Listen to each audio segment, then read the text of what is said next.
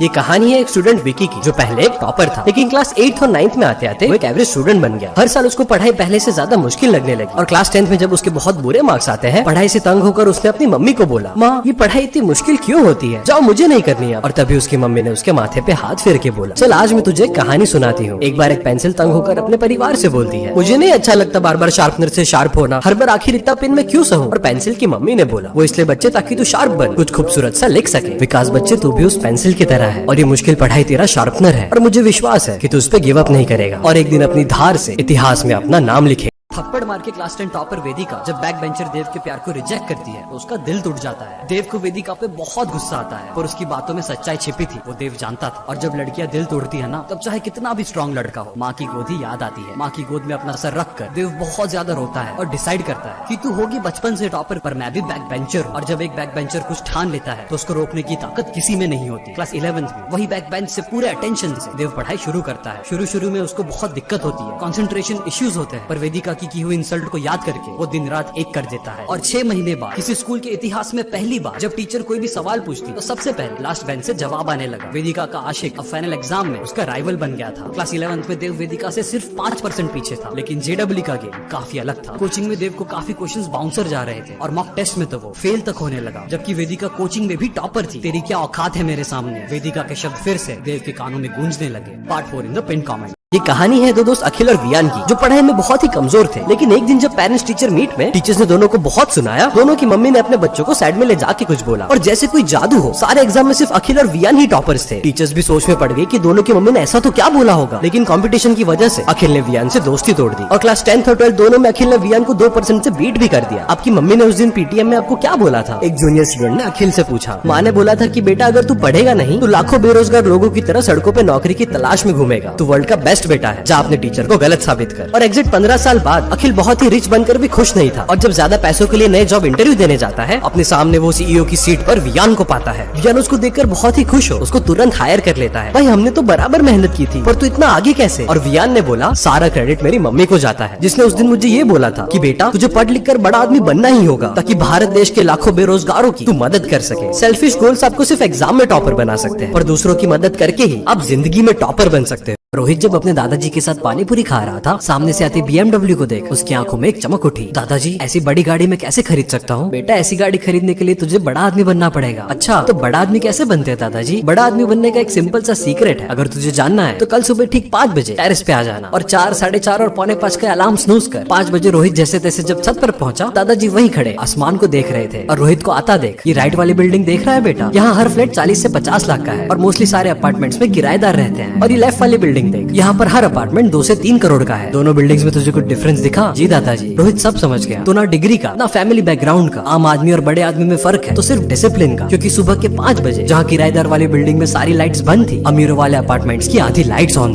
जैसे अर्जुन का धनुष, बौद्ध का बोधि वृक्ष और आंखों में मेरे चमकता हुआ लक्ष्य, जब तक संकल्प सिद्ध ना हो जाए, जब तक मेरी मेहनत को अधिकार ना मिल जाए, तब तक जड़ों से डटे रहेंगे। ये बेशक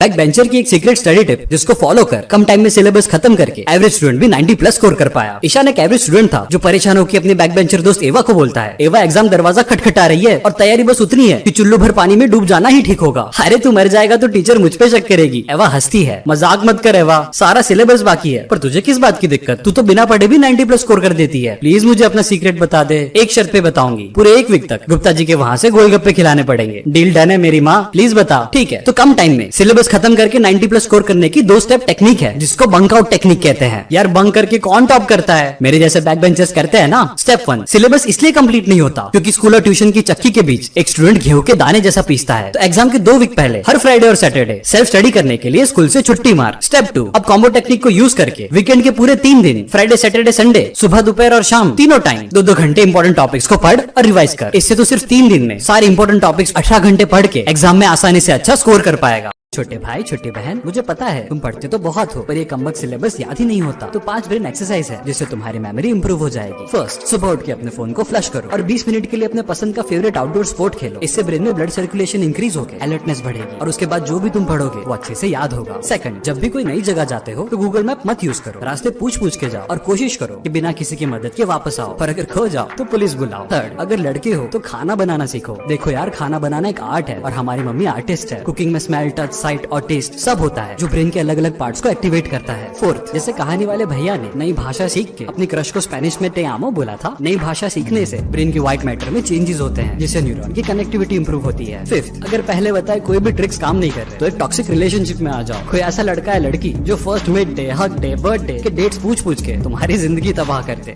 एग्जाम के ठीक 1 वीक पहले मैं बोर्ड्स के लिए तैयार हूँ। इस साल तो मैं ही टॉप करूंगा। टॉपर अदनन ने बोला। ओवर कॉन्फिडेंस से कॉमन सेंस खत्म हो जाती है, बैक बेंचर शोभित ने बोला। और जहाँ एग्जाम हॉल में सबकी हवा टाइट थी, अदनन फुल कॉन्फिडेंस रख टीचर के हाथ से क्वेश्चन पेपर झपट 3 घंटे का पेपर सिर्फ 2 घंटे में खत्म कर देता है। और यही कॉन्फिडेंस पूरे एग्जाम में रख, वो मिनिमम 45 मिनट्स पहले ही हर पेपर खत्म कर लेता। लेकिन जब रिजल्ट आया पूरी स्कूल शॉक थी, क्योंकि क्लास 10th में अदनन ने ना ही टॉप किया था, ना ही एवरेज और ना ही बिलो एवरेज, वो तो फेल हो गया था। क्योंकि टॉपर होने के बावजूद भी हर साल हजारों बच्चों की तरह उसने ओवर कॉन्फिडेंस में कॉमन सेंस को खो आंसर शीट में अपनी डिटेल्स और रोल नंबर गलत लिख दिया।